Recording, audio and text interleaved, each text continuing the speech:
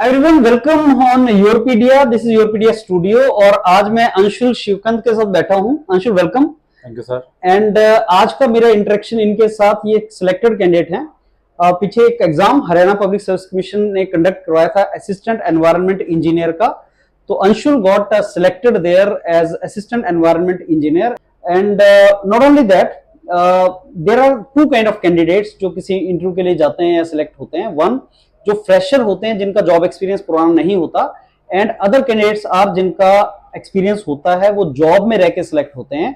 और जॉब में रह के सिलेक्ट होने के अपने चैलेंजेस होते हैं, अपनी तरह की उनके पास कुछ अपॉर्चुनिटीज भी होती हैं। तो आज का मेरा इंटरेक्शन अंशुल के साथ रहेगा। And believe me friends, Anshul has lot of things to offer to tell you. और जो आप में से ऐसी अपॉर्चुनिटी एक्सप्लोर करना चाहते हैं वो पूरा इंटरेक्शन सुने, और अंशुल जो आपको बताएंगे उसको ध्यान से आप उसको सुनना और फॉलो करना। अंशुल, आप सिलेक्ट हुए हैं assistant environment engineer Haryana public service commission में। उसके लिए आपको बहुत बहुत कांग्रेचुलेशंस। Thank you sir. ये एक बहुत अच्छी अपॉर्चुनिटी है, स्पेशली बिकॉज एक तो डेजिग्नेशन असिस्टेंट एनवायरनमेंट इंजीनियर, दूसरा जो डोमेन है दैट इज एनवायरनमेंट, अपने आप में एक बहुत प्रोमिसिंग डोमेन है और एक बहुत ही सोशली रेलिवेंट फील्ड है। अंशुल, आप पहले भी जॉब कर रहे थे और आपका बड़ा वास्ट जॉब एक्सपीरियंस रहा है जूनियर इंजीनियर। आप आजकल मेरा इंटरेक्शन रहेगा, उसका मेन पर्पस है कि जो स्टूडेंट आपको सुन रहे हैं उनके पास एक सही इंफॉर्मेशन जाए।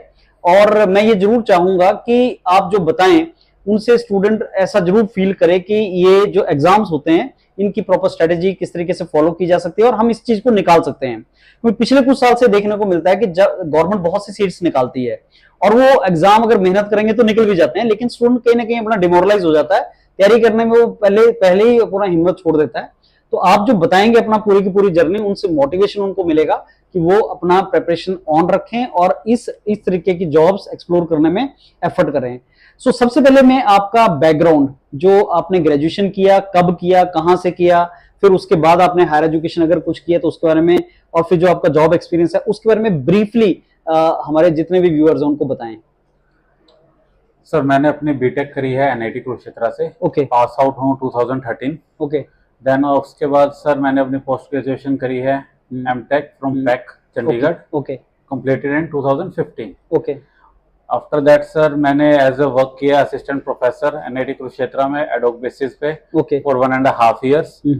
एंड उसके बाद सर मैंने सर्विसेज ज्वाइन करी है as assistant engineer in department of local bodies Rajasthan. Okay. वहां पे मैंने sir as a 6 months work किया असिस्टेंट इंजीनियर। देन उसके बाद सर मेरे को अपॉर्चुनिटी मिली हरियाणा में जॉब करने की, being in a home state. तो सर मैंने एज अ जूनियर इंजीनियर यहाँ पे ऑप्ट किया अपने पब्लिक हेल्थ इंजीनियरिंग डिपार्टमेंट में हरियाणा में, और पोस्टिंग थी सर मेरी पंचकुला। मैं सर यहाँ पे एज 7 year मेरे को एक्सपीरियंस हो चुका है वर्क करते हुए। तो मीनवाइल सर ये एग्जाम आया था HPSC के थ्रू AEE का। So I started preparing for the exam with my job. Then sir I got selected with rank 4। Okay Anshul, इसमें जितने भी आपने जॉब्स बताई, जैसे असिस्टेंट प्रोफेसर आपने वर्क किया, फिर आपने एज असिस्टेंट इंजीनियर जॉब किया राजस्थान में, तो ये कंट्रेक्चुअल जॉब्स थी, राइट? वहाँ नहीं सर, ये कंट्रेक्चुअल थी। असिस्टेंट प्रोफेसर वाली वो रेगुलर जॉब थी। तो राजस्थान वाली रेगुलर थी। तो वहाँ पे आपने बताया असिस्टेंट इंजीनियर थे। Assistant engineer. तो फिर प्रेजेंटली आप कहाँ जॉब कर रहे थे? इससे प्रेजेंटली मैं यहीं पर हरियाणा में कर रहा था एज अ जूनियर इंजीनियर। तो आप असिस्टेंट इंजीनियर जॉब छोड़ के जूनियर इंजीनियर, ये कैसे? सर ये बिकॉज थोड़ा फैमिली में बैकग्राउंड में ऐसा था, मेरी मदर की थोड़ी सी उस टाइम पे तबीयत खराब रहती थी, तो समहाउ और मेरे को अपॉर्चुनिटी थी कि मैं आगे कर लूंगा।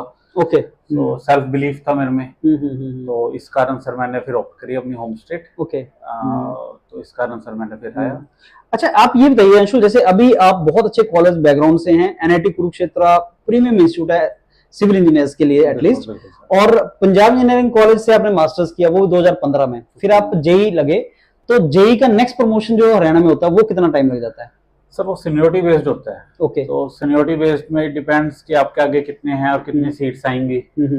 तो समहाउ हमें अभी भी अगर अपने पेरेंट डिपार्टमेंट में होते तो it takes around more than 10 years। Okay. तो इसलिए we opted for the direct selection. और Haryana state pollution control board से बेटर ऑप्शन भी कोई नहीं था in the field of environment. Even मेरी एमटेक भी एनवायरनमेंट से है, तो मेरे को सबसे बेस्ट अपॉर्चुनिटी यही मिली। वंडरफुल। अच्छा, आपसे पहले मैं जानना चाहूंगा कि जैसे एनवायरनमेंट से अब हम देख रहे हैं कि ज्यादा जॉब्स आ रही हैं, मतलब स्टेट पब्लिक सर्विस कमीशन है और सेंटर में भी central pollution control board, PSU भी रिक्रूट कर रहा है। आपका व्यू लेना चाहूंगा कि क्या आपको लगता है कि एनवायरनमेंट प्रोफेशनल जो हैं, जो सिविल इंजीनियर्स हैं, एनवायरमेंटल बैकग्राउंड के हैं, उनके लिए जॉब्स आ रही हैं एंड फ्यूचर में और जॉब्स आएंगी? सर एनवायरनमेंट का issue day by day it's a pressing issue, हाँ जी, बढ़ ही रहा है। तो यहाँ पे जॉब का स्कोप भी बढ़ रहा है और डिमांड भी बढ़ रही है। ओके। तो गवर्नमेंट साइड से भी प्राइवेट एंड से भी तो एनवायरनमेंट रिलेटेड जॉब्स का स्कोप है ही सर। मतलब day by day it's increasing in every state, चाहे आप पंजाब लगा लो, हिमाचल लगा लो, हरियाणा में भी लगा लो, हर जगह।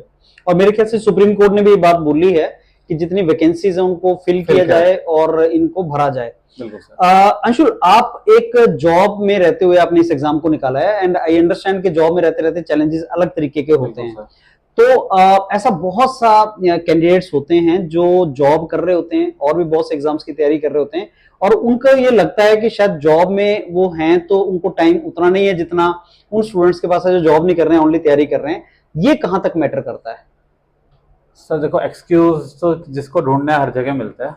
तो जब आपने अगर सोच रखा है कि भाई ये आपके लिए बेस्ट अपॉर्चुनिटी है, आपको उसको क्रैक करना है, तो इफेक्टिवली आवर्स हर ह्यूमन बीइंग सर 4 और 5 आवर्स ही पढ़ सकता है। तो वो आफ्टर जॉब भी टाइम मिल जाता है, अर्ली मॉर्निंग टाइम मिल जाता है। तो आपको इफेक्टिव आवर्स में इफेक्टिवली पढ़ना है। एवरी डे आपको 4 to 5 आवर्स आप स्पेंड कर लोगे इफेक्टिवली, तो it's easy to crack the exam.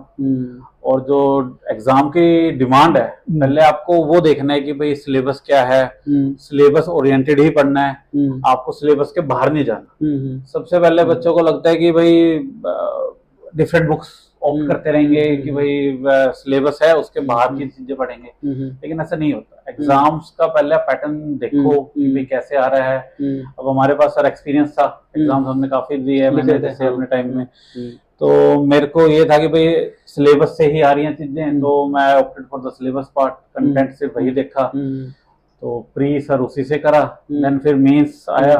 Mains में अब जो एचपीएससी में क्राइटेरिया है कि प्री से 4 times selected for the mains, जितनी सीट्स होती हैं। राइट। देन सर मेंस के अंदर आपको राइटिंग प्रैक्टिस करनी है, दैट इज इम्पोर्टेंट। हाँ जी। आपने प्री निकाल लिया, प्री में तो चलो ऐसा होता है सर आपको ज्यादा वास्ट पढ़ना होता है, लेकिन मेंस के अंदर आपको प्रिसाइज पढ़ना है। इट्स बिकॉज कि आप जब लिखने लगोगे तो आप जो चीज पढ़ते हो उसका खाली आप 20% ही रिटेन कर पाते हो। अब आज के दिन सर मैं कोई बुक लेके शुरू कर दूंगा पढ़ने, तो मुझे पढ़ते पढ़ते तो बहुत अच्छा लगेगा, मैं 4 पेजेस पढ़ लूंगा, लेकिन कहीं ना कहीं वो रिटेन आपको कीवर्ड्स ही होते हैं।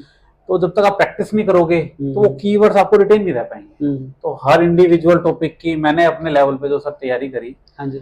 मेरे 69 मार्क्स आए, 4th रैंक है यहाँ पे। तो मैंने तो सर यही करा कि भाई एक तो सबसे पहले 15 क्वेश्चंस थे, 150 मार्क्स का पेपर था। तो समहाउ कि भाई सबसे क्वेश्चंस कंप्लीट करने हैं, मैक्सिमम क्वेश्चन जितने आप अटेम्प्ट कर सकते हो। राइट। देन ये क्राइटेरिया है, कईयों को लगता है कि भाई स्कोर मिलेगा 10 में से 8, 9, वो एक ही क्वेश्चन पे लगे रहते हैं, बट ऐसा नहीं होता। जो होता है मैक्सिमम, आप थ्योरेटिकल एग्जाम है तो 5 to 6 marks you can expect. Numerical अगर आपका है तो आ सकते हैं, अदरवाइज नहीं। थ्योरेटिकल पेपर में मैक्सिमम 5, 5.5। और सर उसके अलावा आप राइटिंग प्रैक्टिस करो, कीवर्ड्स नोट करो और उन्हीं को लिखो, और उन्हीं से ही आप पॉइंट्स में आंसर लिखो। जो मैं जैसे सर करता था कि भाई अब आपको मैं मेंस की बताऊं, क्योंकि मेंस के ही नंबर काउंट होते हैं। राइट। फाइनल में ये कन्वर्ट हो जाते हैं सर 87.5 में, देन इंटरव्यू होता है 12.5 का। तो main is weightages of mains. हाँ जी। तो सर मेंस के अंदर हमने जैसे क्वेश्चन अटेम्प्ट करे, आप हेडिंग लिखो। जो आपसे अगर कोई क्वेश्चन पूछा जाता है रिगार्डिंग, सपोज हमसे EIA पूछ लिया, एनवायरमेंटल इम्पैक्ट असेसमेंट क्या हुआ, तो आपको पहले EIA की एक ब्रीफ डेफिनेशन लिख दो अपने वर्ड्स में। आपको क्राइमिंग करने की जरूरत नहीं है, आपको अपने वर्ड्स में चीजें सरल भाषा में अंडरस्टैंड करने की जरूरत है। देन सर उसके 5 पॉइंट्स आप नोट अपने माइंड में थे, आपने प्रैक्टिस कर रखी थी, उन्हीं 5 पॉइंट्स को ब्रीफली लिख दो। देन आप कंक्लूड करो। तो दैट इज द जो एक क्वेश्चन है उसकी बस बेसिक रिक्वायरमेंट पूरी करो। सबसे पहले आपका मेन टास्क यही होना चाहिए कि आप पेपर कंप्लीट करो। आपको एक क्वेश्चन लिखने के लिए सर हमें 7.5 मिनट मिलते हैं, और क्वेश्चन इतना होता है फ्रंट और बैक पेज में, तो इतना टाइम लग जाता है अमूमन, चाहे यूपीएससी हो चाहे एचपीएससी हो। तो बस सर यही था। मैं तो मतलब मेन गोल सेट कर रखा था हमने एग्जाम के लिए, उससे ओरिएंटेड में तैयारी करी। और बीइंग यही चैलेंज था कि भाई आप जॉब, सर हम पब्लिक हेल्थ में थे तो हमें डील भी पब्लिक के साथ ही करना पड़ता था। तो फोन भी आते थे regarding water supply issues, sanitation issues. So but positively रह के तैयारी करो कि भाई पेपर निकलेगा और एग्जाम्स क्रैक होते हैं। आपको थोड़ा एफर्ट लगाना पड़ेगा, आपको थोड़ा सा ये पता होना चाहिए कि भाई क्या करना है, कि भाई आपको पेपर पूरा करना है, आपको पॉइंट वाइज लिखना है, आपको ज्यादा चीजें पढ़ने की जरूरत नहीं है। बेसिक बेसिक मेन आप मेन चीज ही लिख सकते हो, एग्जाम्पल लिखो जो जरूरी चीजें। बस सर यही था जो की करा। अच्छा अंशुल, एक और आपसे जानना चाहूंगा, आपने बहुत अच्छे तरीके से ब्रीफ किया सारा। जब हरियाणा पब्लिक सर्विस कमीशन का सिलेबस आया असिस्टेंट एनवायरनमेंट इंजीनियर का, तो हम सब लोगों को लगा कि बहुत ज्यादा वास्ट सिलेबस है, और सिलेबस वास्ट है भी। बहुत से ऐसे टॉपिक हैं, जैसे इवन केमिकल इंजीनियरिंग पूछा हुआ है, इंडस्ट्रियल इंजीनियरिंग पूछा हुआ है, मैकेनिकल के बहुत से टॉपिक्स हैं, आप सिविल इंजीनियर हैं, वो सारा कुछ है। सिलेबस देख के घबराहट होता है कि ये चीज तुमने कभी नहीं पढ़ी, केमिकल इंजीनियरिंग कभी नहीं पढ़ा, इंडस्ट्रियल इंजीनियरिंग कभी नहीं पढ़ी, और सिलेबस बहुत ज्यादा वास्ट है। पहला नी जर्क रिएक्शन होता है कि मेरे से नहीं हो पाएगा, लेकिन पॉइंट ये होता है कि सारे लोग हैं, सबने वही सिलेबस करके जाना है। मैं आपसे माइंडसेट जानना चाहूंगा, अब आप एक सिलेक्टेड कैंडिडेट हैं, आपका 4th रैंक भी आया है, आपका माइंडसेट उस टाइम पे सिलेबस देख के क्या था और कैसा होना चाहिए? सर सिलेबस देख के वास्ट सिलेबस तो था, नो डाउट, बट ये था कि भाई सिलेबस आप कर लोगे, वास्ट सिलेबस आएगा तो वो बेनिफिशियल है, क्योंकि हर एक बच्चे के माइंड में ये नहीं होता मैंने सारा सिलेबस करना है, और वहीं पे आपको अपर एज मिलती है। आपको हर टॉपिक के बारे में थोड़ा सा भी पता हो। एक आधा क्वेश्चन सर ऐसा आता है जो आपके जो साथ में कैंडिडेट्स हैं उन्होंने नहीं करके गए, और वही आपने कर लिया, इसलिए आपकी सिलेक्शन है। तो इसलिए जो सिलेबस है उससे डरने की कोई जरूरत नहीं सर किसी को भी। टॉपिक्स हैं आजकल सर, आपका प्लेटफॉर्म बहुत बढ़िया है, आप चाहे नॉर्मली गूगल भी कर लो तो भी आपको मिल जाए। आप उसके बारे में ब्रीफ चीजें लिखो, और जहां से आपको कंटेंट मिलता है, जैसे यूआरपीडिया देता है सर, उनसे कंटेंट को आप और ब्रीफ करो, सेलेक्ट कर लो मेन हेडिंग्स, बस आप सर उसी की प्रैक्टिस करो। और सारा सिलेबस एक बार गो थ्रू जरूर होना चाहिए, क्योंकि एक दो टिपिकल क्वेश्चंस आते हैं वो आपकी रैंकिंग को ऊपर नीचे कर देते हैं सिलेक्शंस में। आपने वो अटेम्प्ट कर रखा है तो आपको एडिशनल मार्क्स मिल जाएंगे, जिसने नहीं कर रखा सर वो मे भी वो सिलेक्टेड होगा, वो थोड़ा पीछे हो जाएगा सर। ये अच्छा, आपने अंशु जैसे ही ये एग्जाम आया, डेट आ गई, सिलेबस आपके सामने पड़ा था, जॉब में आप जाते थे, एंड पब्लिक हेल्थ की जॉब थी, एंगेजमेंट वाली जॉब थी काफी, तो आपने क्या शेड्यूल बना रखा था अपना कि साहब मैं इतने घंटे डेली पढ़ूंगा और इतना टाइम दूंगा? किस तरीके से आपने मैनेज किया था? सर डेली तो कर रखा था कि भाई इस बार डेडिकेटली था कि भाई आपको अपॉर्चुनिटी मिली है, बड़ी अच्छी पोस्ट है, तो उसके लिए हार्ड वर्क तो करना है। तो डेली का सर जैसे मैंने मॉर्निंग का शेड्यूल अपना कर रखा था कि भाई जैसे अराउंड 9 मेरे पे कॉल ऑफिस जाना है सर, देन उसके बाद ऑफिस वर्क है और उससे हम डिनाई नहीं कर सकते। देन तो अर्ली मॉर्निंग में सर पढ़ लेता था 2 आवर्स, देन मैं जॉब के आने के बाद 7 o'clock के 8 के अराउंड, अच्छा जैसे फैमिली भी है उसको भी टाइम देना था सर, उसके बाद मैं आराम से 2 घंटे तो मैंने डेली सर जैसे ही प्री में शुरू करा वैसे ही मैंने पैटर्न मेंस में रखा सर। प्री में था कि भाई आपको पता था, मेरे को यूं था कि प्री में आप है अपॉर्चुनिटी है तो मैं प्री करूंगा ही करूंगा, क्लियर। आपको पहले बिलीव खुद में आना चाहिए कि आप वो करोगे, और मेंटली आपको ये होना चाहिए कि आपको टॉप 10 में आना है। जब आप टॉप 10 की सोचोगे तो कहीं ना कहीं आप 30-40 में कभी प्री में आओगे, उसके बाद आप मेंस के लिए एफर्ट करोगे तो ज्यादा एफर्ट पुट होंगे। तो सर वही करा और उसी का रिजल्ट मिला पॉजिटिव। वंडरफुल। अच्छा अंशुल, आपका एग्जाम एक ऐसे टाइम पे हुआ जब हरियाणा में इलेक्शंस भी आने वाले थे, इनफैक्ट जनरल इलेक्शन के टाइम पे आपका एग्जाम हुआ है, जब कंट्री के अंदर इलेक्शन चल रहे थे। तो ये ऐसा फेज होता है जिसमें स्टूडेंट के दिमाग में ये भी होता है कि इलेक्शंस हो रहे हैं, पता नहीं कौन सी पॉलिटिकल पार्टी आएगी, पता नहीं एग्जाम होंगे कि नल एंड वाइड हो जाएगा, क्या होगा, और आप अपना प्रिपरेशन कर रहे हो। तो ये जितने भी फैक्टर्स होते हैं कि पता नहीं क्या होगा, अनसर्टेनिटी वाले फैक्टर, या स्टूडेंट के दिमाग में कई तरह के क्वेश्चंस आते हैं, तो कितना उस पर फोकस करना चाहिए या कितना ओनली एग्जाम के ऊपर चले रहना चाहिए? सर देखो, एचपीएससी एक कॉन्स्टिट्यूशनल बॉडी है, हाँ जी, तो उसको इलेक्शन से कोई इशू नहीं, वो पहले ही परमिशन ले लेते हैं। हाँ जी। हर चीज में एग्जाम्स की डेट, उनके माइंड में हर चीज होता है। उनका मेन पर्पज ही यही है हाँ जी। कि सिलेक्शन से एग्जाम्स करवाना, सिलेक्शंस करवानी, हम्म। जो पोस्ट वैकेंट्स होती हैं, तो वो डिपार्टमेंट लेवल पे रहते हैं, वो ऑलरेडी परमिशन रहती है। अगर अभी भी इलेक्शन आए तो उन्होंने पहले ही परमिशन ले चुके हैं, तो उससे कोई प्रोसेस नहीं रुकता सर। तो सारे प्रोसेसेस चलते रहते हैं एज अ रूटीन में। हाँ, आपकी ज्वाइनिंग जरूर उससे लेट हो सकती है कि आपका रिजल्ट तक एचपीएससी दे सकता है। अच्छा। इवन कोई भी पीपीएससी कोई public service हो, commission चाहे है, यूपीएससी भी हो, उसमें यही होता वर्किंग है। किसी की बंद नहीं होती है। हाँ जी। तो तो मतलब डिपार्टमेंट भी बंद नहीं होता सर, हाँ जी। डिपार्टमेंट भी वर्क करते रहते हैं सारे। मतलब अपना स्टूडेंट जो है अपना फोकस करता रहे हाँ जी और सर। इन चीजों पे ज्यादा फोकस ना बिल्कुल, करे। बिल्कुल। अच्छा अंशुल, आप मेरे को ये बताएं कि जैसे हरियाणा में प्री हुआ, उसके बाद 4 टाइम्स लोग मेंस के लिए जाते हैं, उसके बाद इंटरव्यू के लिए जाते हैं। अब ये 54 सीट्स आपकी एडवर्टाइज हुई थी, लेकिन मेरी नॉलेज के हिसाब से ओनली 25 कैंडिडेट्स इंटरव्यू देने गए। तो ये ऐसा क्यों हुआ और इसके क्या रीजंस होते हैं? सर मेंस में जो क्राइटेरिया एचपीएससी ने एडवर्टाइजमेंट में रखा हुआ 35% रखा हुआ है। ओके। कि आपको मिनिमम 35% चाहिए मार्क्स। ओके। तो 150 में से 52.5। अच्छा। तो सर पेपर वॉज टफ। हाँ। तो उस रिगार्ड से 25 स्टूडेंट्स ही क्लियर कर पाए। तो दैट्स व्हाई सर इंटरव्यू में 25 ही हो। ओके। सो एक मिनिमम आपको क्वालिफाई करना पड़ेगा। तो हर एग्जाम के लिए वो है। मेरे को ये भी लगता है कि कॉम्पिटिटिव एग्जाम अंशु जो इंडिया में हो रहे हैं लार्जली, जितने भी एग्जाम्स हम देखते हैं अदर देन यूपीएससी और पब्लिक सर्विस कमीशन के एग्जाम्स, बाकी जितने भी एग्जाम्स होते हैं उनमें MCQ type, objective type questions होता है और एक लेवल होता है। 3 लेवल पे प्री, मेंस, इंटरव्यू ऐसा नॉर्मली नहीं देखा जाता जो हरियाणा करवा रहा है।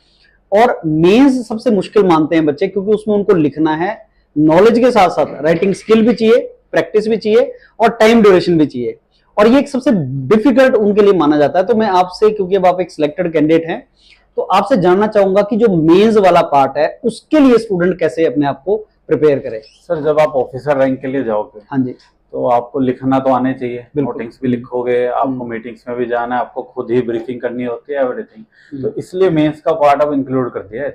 ओके। जो मुझे लगता है हरियाणा ले रहा है और एसेंशियल है वो। राइट। तो कि भाई आपको आना चाहिए। जब आप लिखना ही नहीं आ पाओगे तो सर आप आगे जाके सर्विस में कैसे करोगे? सही बात है। तो इसी कारण सर वो है सारी चीजें। तो मेरा क्वेश्चन अभी भी अनआंसर्ड रहा कि स्टूडेंट उसकी तैयारी कैसे करे, क्वेश्चन ये था। सर तैयारी करने के लिए सबसे पहले तो जब वो प्री की तैयारी करें, हाँ जी, तो उस टाइम पे एक बार अच्छे से 2-3 टाइम्स वो गो थ्रू करें सिलेबस हाँ जी, को। पहले टाइम जो रीड करता है सर, इट टेक्स टाइम। आपको पहले रीडिंग में हमेशा टाइम लगता है, कोई भी किसी चीज को पढ़ता है। जब वो सेकंड टाइम उसको करेगा, वो उसको 50% पहले कर लेता है उसके हाफ एंड टाइम में। देन वो थर्ड टाइम करेगा तो वो उसका 50% लेस हो जाता है। तो वो एक्यूरेटली जो चीज अब पहले दिन 10 दिन में कर रहे हैं, फिर वो 5 दिन में, तो बाद में सर 2.5 डेज में हो जाती है। राइट।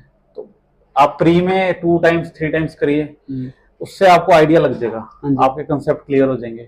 फिर आपके पास 2 मंथ्स देते हैं सर कमीशन, कभी 3 मंथ्स देता है, वो टाइम हर एक का डिफरेंटली होता है। उसके अंदर आपको जैसे ही प्री आपने दिया, आपको वाइब्स आ जाती हैं कि भाई आपका हो सकता है, नहीं हो सकता। आप मार्क्स कैलकुलेट कर लेते हैं सर, की आ जाती है भाई कैसे क्या रहेगा सब। देन सर उसके बाद राइटिंग प्रैक्टिस शुरू करो। आपने जो नोट्स पढ़ रखे हैं उसको आप अपने लेवल पे, या आपको क्वेश्चंस मिल जाते हैं तो वेल एंड गुड है, नहीं तो आप खुद उसी टॉपिक के रिगार्डिंग आप लिखना शुरू करो। पहले आप उसको रीड करो, और ऐसा ना करो कि भाई आप वही टॉपिक कर रहे हो और उसी टाइम लिख रहे हो, उसकी कोई आउटपुट नहीं सर। आप पहले गो थ्रू जाओ, जो आपने सुबह पढ़ा उसको शाम को लिखो, सो दैट आपको पता लग जाएगा भाई आपने उस टाइम तो पढ़ा था, ऐसा लग रहा था, सब याद है। जब आप अगली बार लिखोगे तो सर उसके अंदर आपको कीवर्ड्स, फिर उसको नेक्स्ट टाइम और एक बार लिखो की points, so that is sufficient अच्छा for the exam to crack.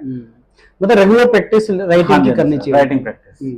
अच्छा मेरे को ये बताइए, आप जैसे अभी 54 सीट्स एडवर्टाइज की थी हरियाणा ने, तो that means there is a requirement of 54 seats, लेकिन 25 आपके बैच में जो अभी सिलेक्ट हुए हैं देयर 25।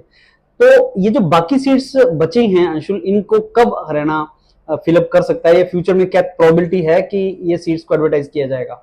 सर देखो गवर्नमेंट का डिसीजन है, तो मे भी होंगे फिलअप तो सर, अब उस चीज में ऑब्वियसली हमें स्पेकुलेट तो नहीं कर सर, सकते। हाँ नहीं, even we don't know about this हाँ सर, जी। ये तो हम्म, हायर अथॉरिटीज के डिसीजन हाँ जी, होते हैं हाँ जी। कैसे क्या रहेंगे चीजें, हम्म, तो बट होंगी सोनर और लेटर तो करेंगे हम्म। सर, क्योंकि चाहिए हाँ जी, वैकेंसीज रिक्वायरमेंट हैं है। तो हाँ हर जी। जगह। बिल्कुल सर। अच्छा, अब ज्वाइन कर चुके हैं, तो इन स्टूडेंट्स के लिए ये बताइए कि ये जॉब प्रोफाइल किस तरह का होता है, जो भी आपको नॉलेज है एज असिस्टेंट एनवायरनमेंट इंजीनियर क्या करना होता है इवेंचुअली?